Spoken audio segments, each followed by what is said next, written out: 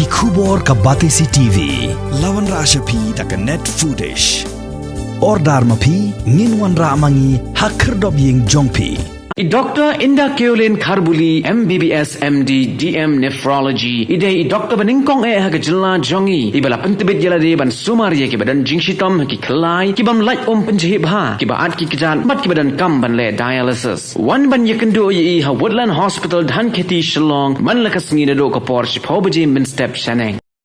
Menteri Rangba jong kejelau Conrad Kongkel Sangma haka sauterik unai leber arajar arpuar ula Pynksan haka bayadai bat kacing menjur ban Weng no ya kacing Tohkit ke Central Bureau of Investigation klaim de yo jingbet na ka Sorkar haka jingya keren bat kilat pathai khubor u Conrad Sangma ula Pynksan ru da ka baong ba amtang kejela Meghalaya ka balale ya kani hanrai bon teli ki jela hapo kari India ki bala shim ya kani karai bada ka jo ka por ula ongru ba ya kani karai la shim la khamslam bat kam dei satya ka bala shurai hak dak hapo kini ki shisngi arsngi.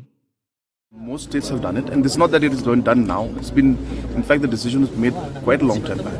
So it's maybe I think almost, I can't remember exactly the date, but it has been done very, very long time back. So therefore, it's a normal thing where states aspect is there, and there's a decision that we take, and a lot of states have taken it. So it's in line with that anybody who wants to come in here has to take consent from the state. So that's all. It's a normal procedure. There's nothing off the thing about it. It's a normal procedure.